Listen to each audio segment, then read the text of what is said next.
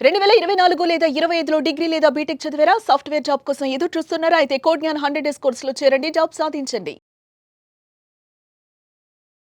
So, ఇప్పుడు లేటెస్ట్‌గా TCS చెప్పిన ఈ అనౌన్స్ చేసిన విషయం ఏంటండి? సో, టీసీఎస్ ఏఐ ఏజెంట్స్‌ని ఇంప్లిమెంట్ చేస్తున్నారు వాళ్ళ వర్క్ ఫోర్స్‌లో. రైట్. సో, అది ఇంప్లిమెంట్ చేయటం వల్ల కొన్ని బేసిక్ లెవెల్ జాబ్స్ అన్నీ లే ఆఫ్స్ అవుతాయి. రైట్. కాకపోతే ఏఐ వస్తే అందరూ జాబ్స్ పోతాయి అంటున్నారు. అవును.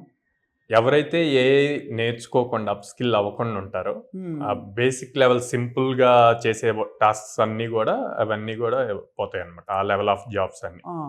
కానీ ఎవరైతే నేర్చుకుంటారో వాళ్ళకి ఉంటాయి, జాబ్స్ ఉంటాయి. సో, దీనికి best example just 3 days back Google CEO Sundar Pichai statement ఇచ్చారు. హ్మ్. ఏఐ వల్ల జాబ్స్ పోవటం కన్నా ఎక్కువ క్రియేట్ అవుతాయి, ఏఐని మీరు న్యూ థింగ్స్ ఇన్వెంట్ చేయడానికి యూజ్ చేసుకోవాలి అని చెప్పి ఇచ్చారు. రైట్.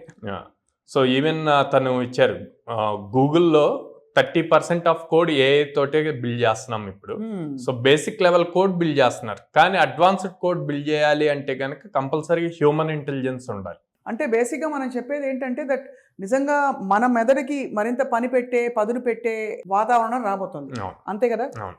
బికాజ్ చాలా మంది మీరు అన్నట్టుగా ఇప్పటికే బాట్స్‌కి దానికి మారిపోయారు. సింపుల్ రెగ్యులర్ ఎగ్జాంపుల్ చెప్తాను. నా చిన్నప్పుడు ల్యాండ్ ఫోన్స్ అవును. ఊర్లో ఒక 6-7 హౌసెస్లో ఉండే, 6-7 హౌసెస్లో ఉండే.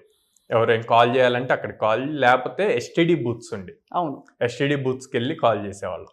ఎస్టీడీ బూత్స్ నుంచి 1 రూపీ కాయిన్స్ వచ్చాయి, 1 రూపీ కాయిన్ డైలర్స్ వచ్చాయి. అవి మల్టిపుల్ ప్లేసెస్లో వచ్చాయి. ఆ తర్వాత నుంచి మొబైల్స్ వచ్చాయి, మొబైల్స్ నుంచి స్మార్ట్ ఫోన్స్ వచ్చాయి. టెక్నాలజీ పెరుగుతుంది, టెక్నాలజీతో పాటు మరి జాబ్స్ కూడా పెరిగినాయి కదా. అవును. అంతే కదా. సో ఇప్పుడు భయపడుతున్నారు. అట్లాగే ఇంకో ఎగ్జాంపుల్ తీసుకుంటే, ఫస్ట్ సైకిల్స్ ఉండేవి, సైకిల్స్ తర్వాత ఆటోస్ వచ్చాయి, ఆటోస్ తర్వాత కార్స్ వచ్చాయి, క్యాబ్స్, అక్కడి నుంచి ఫ్లైట్స్ వచ్చాయి.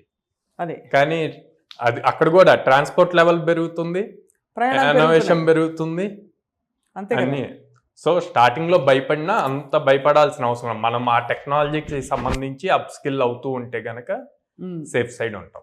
అది అంటే ఇప్పుడు కానీ ఇక్కడ ఛాలెంజ్ ఏంటంటే సాయిరామ్ గారు, ట్రెడిషనల్గా ఉండే కోర్స్ కరిక్యులంలో ఎంతవరకు దీని తీవ్రతని గ్రహిస్తారని చెప్పి, అరే మన వెంటనే అప్గ్రేడ్ అవ్వకపోతే మన స్టూడెంట్స్ తర్వాత వాళ్ళకి ఇబ్బంది అవుతుందని. సో కంపల్సరీగా అప్గ్రేడ్ అవ్వాలండి. ట్రెడిషనల్ కోర్స్లో ఏఐని ఇంప్లిమెంట్ చేయాల్సింది, అది మాకు కూడా పెద్ద ఛాలెంజ్. అంటే మేము ఎక్స్పెక్ట్ చేయలేం కదా ఇంత ర్యాపిడ్ స్పీడ్తో చేంజ్ అవుతూ ఉంటుంది అని చెప్పి. అవునవునవును. ఫస్ట్ డేటా సైన్స్ వచ్చింది, డేటా సైన్స్ నుంచి ఏఐ వచ్చింది, ఇప్పుడు ఏఐ ఏజెంట్స్ వచ్చాయి. ఏఐ ఏజెంట్స్ అంటే అసలు ఏంటండి?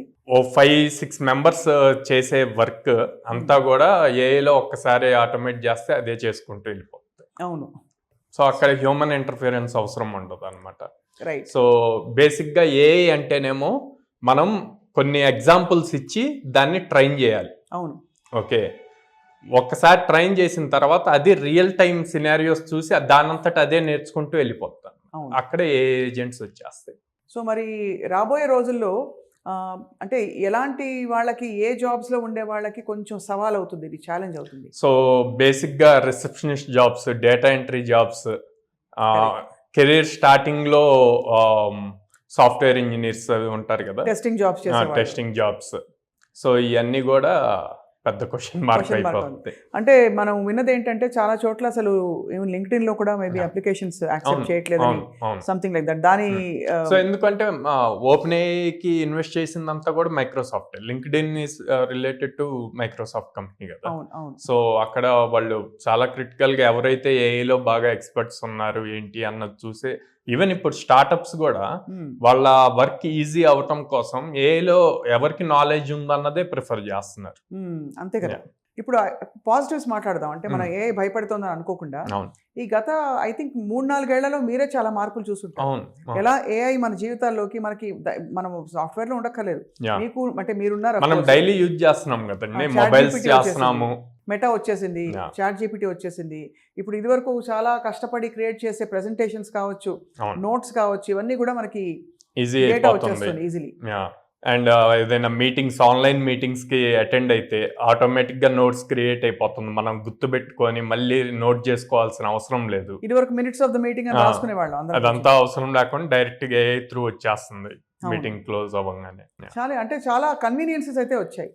అయితే ఇలాంటి పరిస్థితుల్లో మరి మీరు అన్నారు బేసిక్ లెవెల్ జాబ్స్ అవసరం ఉండదని. ఇప్పుడు బేసిక్ లెవెల్ జాబ్స్ లో ఉన్న వాళ్ళకి ఏమిటి, వాట్ ఈస్ ద ఆల్టర్నేటివ్ ఇప్పుడైతే? For suppose data entry jobs చూద్దాం. డేటా ఎంట్రీలో వాళ్ళు ఎక్కువగా ఎక్సెల్లోకి డేటా ఎంటర్ చేస్తూ ఉంటారు. దాని నుంచి కొన్ని చాట్స్ ఇట్లాంటివి బిల్డ్ చేసి అనాలిసిస్ ఇస్తూ ఉంటారు. దీనికి నెక్స్ట్ లెవెల్కి వెళ్ళాలి అనుకుంటే లైక్ పవర్ బిఐ, ట్యాబ్లో ఇలాంటి టూల్ నేర్చుకొని ఆ టూల్కి సంబంధించి ఈ ఎక్సెల్ ఫైల్స్ని డైరెక్ట్గా ఏఐలోకి అప్లోడ్ చేసి ఆ కమాండ్స్ ఎలా, ప్రాంప్ట్స్ ఎలా రాయాలి అన్నది నేర్చుకోవాలి. నేర్చుకుంటే ఇక్కడ 4 members చేసే వర్క్ అంతా కూడా 1 or 2 members అయిపోతుంది. అవును. కాబట్టి అంటే అది ఆబ్వియస్లీ అక్కడ సర్వైవల్ ఆఫ్ ద ఫిట్టెస్ట్ అని ఏమైనా ఉంటుందా?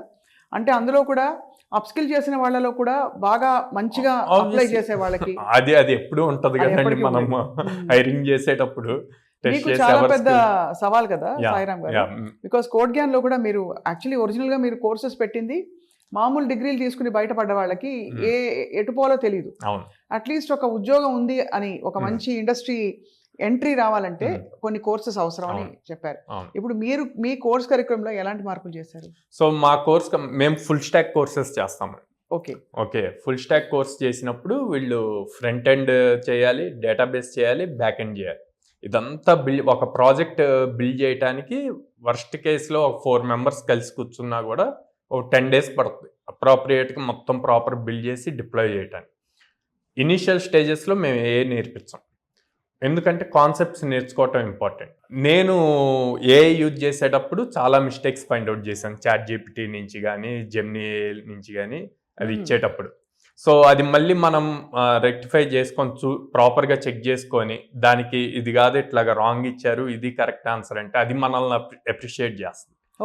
అది లెర్నింగ్ స్టేజ్లో ఉంది. అవునవును. సో మనం ఫస్ట్ నుంచే స్టూడెంట్స్కి ఇప్పుడు కెరీర్ స్టార్ట్ అవుతున్న వాళ్ళకి ఏఐ నేర్పిస్తే గనక వాళ్ళు బ్లైండ్గా ఫాలో అవుతారు. రైట్. ఓకే, అలా బ్లైండ్గా ఫాలో అయినప్పుడు రేపొద్దున లాజికల్ థింకింగ్ అన్నది వాళ్ళకి రాదు, అసలు రాదు, డంబ్ అయిపోతారు. అంటే క్వశ్చన్ చేసే అబిలిటీని కోల్పోకూడదు. అవును. సో ఫస్ట్ అసలు వాళ్ళు బేసిక్ ప్రోగ్రామింగ్ అన్నది నేర్చుకోవాలి. నేర్చుకొని ప్రాజెక్ట్ ఇంప్లిమెంటేషన్ అప్పుడు ఏఐ హెల్ప్ తీసుకోవచ్చు అనమాట ఆబ్వియస్లీ. కానీ ప్రతి ఫ్రెషర్కి ఇంటర్వ్యూ క్లియర్ చేయాలి అంటే గనక కోడింగ్ అన్నది చాలా ఇంపార్టెంట్. రీసెంట్గా మార్గన్ స్టాన్లీ పెద్ద ఎంఎన్సీ అనమాట.